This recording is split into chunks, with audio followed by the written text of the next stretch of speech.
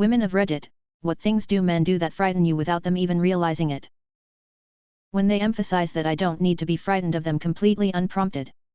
No easier way of getting me to be on my guard. Demanding justification for every no, and when it's given, arguing about how my reasons aren't valid. Approaching while in a car and blocking our path with said car. Happened while I was on a walk so he could have parked, approached on foot, and maintained a respectable distance. This dude used to come into the restaurant I was waitressing at and would wear this come and go shirt and would offer to buy a bunch of underage girl shots. He didn't realize he was creepy, you could tell by the way he paraded his friends around with his boombox and play loud-ass music on the patio of the restaurant. Apparently he was a rich prick who donated money to the restaurant all the time. After I left, I heard a story that he fixated on one of the waitresses that was nice to him, and he would follow her around into her car. He even bought her a shit ton of expensive presents for Christmas which she refused. 3 years ago I matched with a guy on Tinder and agreed to meet up with him. He suggested going to a park and when I got there it was a heavily wooded area with a trail and I stupidly followed him into the trail. We walked around for a while, sat on some rocks, then it started getting dark and we decided to head out but we ended up getting lost and not being able to find the exit and we stumbled upon a grave-sized hole in the dirt and at this point it was pitch black and I was thinking it was all a set it up and that I was going to be ambushed. I pointed out the grave-sized hole and he seemed scared too so I gave him the benefit of the doubt and stayed quiet. We finally found an exit after about an hour of stumbling in pitch black darkness. We're still dating to this day and I've brought up what a horrible date plan that was, and how it came off the wrong way lol and he said he didn't realize it at the time. It was a total curb your enthusiasm moment. I was picked up that day so I didn't have a car with me to back out and drive home, so that was pretty dumb of me too. Guy who I sometimes see at work, has at least 20 years on me, fucking pulled my ponytail to say hi one time. So shocked that I just smiled awkwardly and didn't say anything. Like what world are you living in that you think that's okay? Edit, this got kinda big. Some more details I was able to talk to him later that day about how that wasn't acceptable and to not do anything like it in the future. He actually took it pretty well and has been fine to work with since. In this case, since there was no escalation, and I know my boss and other co-workers have my back, I didn't feel the need to do anything further. While some people have good intentions and don't know their behavior is out of line, those actions still cause hurt. Personally, as long as the person is able to acknowledge that hurt and do better moving forward, I'm good with them. Malicious predators are a different story. It can be hard to tell the difference in some situations. Y'all be careful out there. It's not frightening, per se, but it definitely makes me wary because it could lead to situations that are frightening. When talking to a guy, he's super pushy. Like, asking for pics of this and that, and even saying no, they're stilly pushy. All that makes me do is not want to meet him. If he's this pushy via text/messaging, how pushy is he going to be in person? If he can't take no now, what are the odds he can take no in person? And number X200B. I once had a guy demand that I rank my sexual partners. I told him no. I told him I can't and I won't. Dude flew off the digital handle. I blocked him right then. Asking personal questions that have nothing to do with why you are communicating in the first place. Example, getting my muffler welded and being asked by the welder, where do you live? How long have you lived there? Do you have roommates or is it just you? And about 30 more personal and invasive questions. So fucking uncomfortable. Telling me things they would do to me if I didn't have a husband. Being out somewhere and them not letting me leave, not taking no for an answer, telling me that they drive by my home to see if I'm there. Standing too close. How do you know if it's too close? I'll back up half a step, don't match it. Edit wow, this blew up. Thank you for the awards, I've never gotten one before. When men try to show off their dominance over you or anyone really. Like when you mention something to a guy about another guy and he goes ill kill anyone who talks to you, it's quite frightening really. Pick me up. I'm short and have a slight build. It's not that I'm scared of them trying to prove how strong they are, I'm just terrified of being dropped. Obviously can't speak for all women, but we generally don't have a fantasy of belonging to someone in a controlling sense. A lot of men can be pretty controlling without even knowing it. A guy I'm seeing took me out to a baseball game for our first date. It was nice, I didn't get any weird vibes from him at all. After the game, he asked if I wanted to go see some of the spots he likes to go walking. I didn't think much about it until we got there and I realized he was basically taking me to the woods in the dark. He told me to follow him and I'm thinking I'm about to get killed, but it turns out he just wanted to show me his favorite place to go on walks and chill because you can see the entire city from there and at night it looks really pretty. He took me to a couple more trails that night and I ended up having a great time and forgot that it's pitch black outside and I'm with a guy I've never gone out with before out in nature. Definitely thought I was going to get killed at first though. Hovering. Don't hover behind me. That's one of the very few things that makes me nervous. What's a secret you'll take to your grave but you'll share with Reddit because you need to get it off your chest? One time in high school I stole this giant turtle statue from a random yard and put it in my grandma's as a joke. It was around the time the gnome was traveling the world. Well, turned out that the old lady was my grandma's frenemy and when she came over and saw her stolen turtle she wanted answers. Well, my grandma's answer, if it just showed up, did not satisfy her and they got into a huge fight about it. The other old lady died a few years ago. I feel bad I never told her that my grandma didn't steal the turtle. I did. I once straight up left my car in a parking lot outside the university fully unlocked and running for like 5 hours while I took some classes. I always have this feeling that I need to be somewhere, my mind is always wandering and not in the present moment wherever I am or whatever I am doing. I'm struggling to find a peace of mind and sometimes I feel depressed and trapped in this downward spiral. I am thinking of going for therapy sessions though I am not sure how much it might help. I was in a FWB kind of situation with someone I didn't know super well a few months back, and she got off to the fact that a younger guy was into an older woman. I was 24 at the time and she was 40, and I mean, so was I love MILFs and she was right up my alley. But one day she stops talking to me out of nowhere and I find out that it's because she went to jail. Previously, she had told me she used to have a minor drug problem, which I was sympathetic towards because my mom did too, so I knew she was meeting with lawyers or parole people or whoever, and I was surprised she had relapsed because she seemed to be doing so well.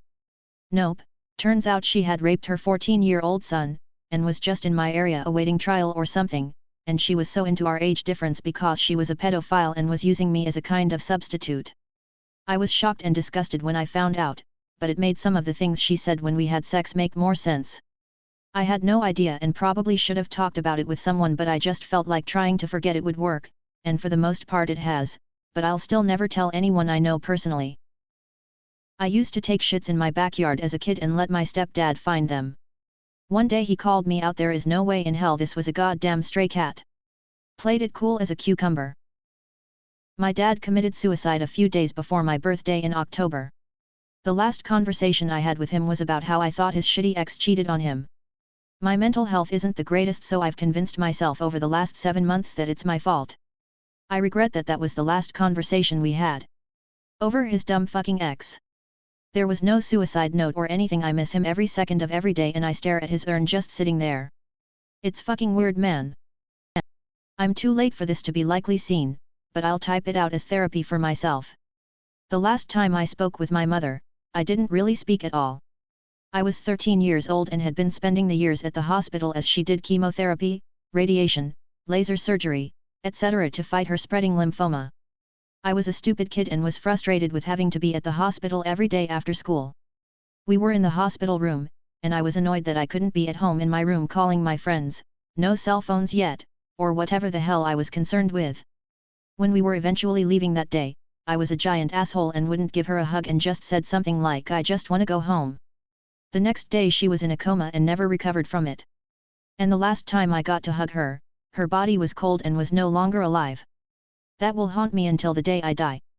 Edit, I don't know what to say. I kind of forgot I posted this and normally don't have many notifications, so I was confused at first. I did not expect to be crying when I got back on Reddit today. Everyone who took their time to write such kind things, thank you so much. I almost feel a little weird having this up and being seen by thousands of people clearly, since I thought it would just be a usual ignored AskReddit comment.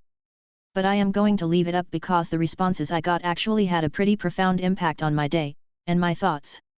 And I hopefully this comment and the replies can help someone who might be dealing with similar feelings. I was the one who put the Ernest Goes to Camp VHS in the VHS player. I was the reason the tape got eaten. Everyone thinks I'm just a fuck-up in the head drug addict. What they don't know is between 11 to 14 my drunk evil stepmom would take me to her favorite bar and pimp me out because it amused her. It destroyed my mind, so I started using drugs not to get high but to try to forget. I was 50 years old before I told anybody. By then my family had given up on me, my wife left me and my son hasn't talked to me in over 10 years. That secret was going to die with me, but for some reason I told one friend what happened to me and she helped me realize it wasn't my fault or that I'm just a fuck up. Today, 12 years later, she is still the best friend I've ever had, and I haven't touched cocaine since 2008 even though it cost me everything important to me. Not really a bad secret, but a friend of mine in college was strapped for cash for groceries one month. There were 3 of them in the core friend group, and I was just his best friend's girlfriend. I wasn't really wealthy either, but I had some extra money to spare from working an IT job at school, so I withdrew $200, left it in an envelope in his house with his name on it, and let him discover it. To this day he still thinks it was his buddy, Andrew. I never saw fit to correct him. It's only money, and he needed to eat. I had planned on killing my dad with my meds if he was still alive. He wanted to go, we said goodbye, but he had enough of feeling ill. But we believe he was overdosed on morphine by the nurses. I didn't know a death rattle could go on so long. But if he was hanging on the next day I would have given help. We spoke about it a couple of times. I promised him he wouldn't go gasping for air. Edit, he went peacefully in his own terms. But I told him if he was too tired to carry on that I would help him. Your comments are informative and heartbreaking. Thank you both for the awards. My first day as a nanny looking after a baby girl. I take her to the park and I'm taking videos of her and getting her to walk to me. She walks 3 steps to me and then falls on her butt and cries. It occurs to me that I don't actually know if she has walked with her parents yet, she isn't sure of foot yet. Speaking to her mum later on, she tells me she is super close but hasn't walked yet. I figure she must have walked with me because she was feeling clingy without her mum. I never told her parents she walked with me, and it was about 3 weeks later she finally walked for her parents. Not as dark as the most in here, but as a teen I had a really bad relationship with my dad, and one day I was really pissed and signed his email up in any freaking newsletter I could find online. He still gets spam mails and doesn't know why. We get along great now. The amount of empty liquor bottles I found hidden around the house after my husband passed away. I knew that he liked to drink, sometimes a little too much, and it was something we bickered about occasionally, but I didn't appreciate the full scope of how much exactly he was drinking. Maybe 2 to 3 years before his death he started working from home full-time, and I'm guessing being home alone all day was when he started going off the rails. Absolutely nothing to do with the circumstances surrounding his death, and I wouldn't want to tarnish his memory to family or friends, so I keep it to myself, but I don't mind sharing it with strangers. My ex-girlfriend's family told me to break up with her because of her erratic behavior. I will never ever let her know this. What show had you hooked after 1 episode? Fringe. A really good but now forgotten show. The X-Files. First episode 1 saw was the host, human parasite sewer monster thing aka Flukaman, and after that I was hooked. The classic 90s music, clothes, the government conspiracies and supernatural mystery, the FBI awesomeness, bizarre characters, I could go on and on. Just a great show that's always fun to watch. Over the Garden Wall. Heroes. It was so good in season 1 but god awful after that. Almost unwatchable. Peep Show. What We Do in the Shadows. True Detective season 1. Chernobyl. Orphan Black's first episode is really one of the best pilots ever. Just 5 minutes, or less, if you've seen the train scene you know what I'm talking about, and I'm already hooked. The Boys, was hooked 10 minutes into watching the show. Futurama. I think Arrested Development has the most realized pilot of any comedy I've ever seen. Pushing Daisies. Buffy the Vampire Slayer. I was watching with my wife, and at the first commercial break, we called my younger sister to make sure she was watching as well. We got a busy signal, remember, this was 1997. Tried her again at the second commercial break and found out she had been calling us at the same time with the same question, so we both got busy signals, 1997 FTW. When she got the busy signal, she called our older sister to check if she was watching. It became a tradition for the first 2 seasons for us all to call each other during the commercials to talk about the show. Severance had me hooked from frame 1.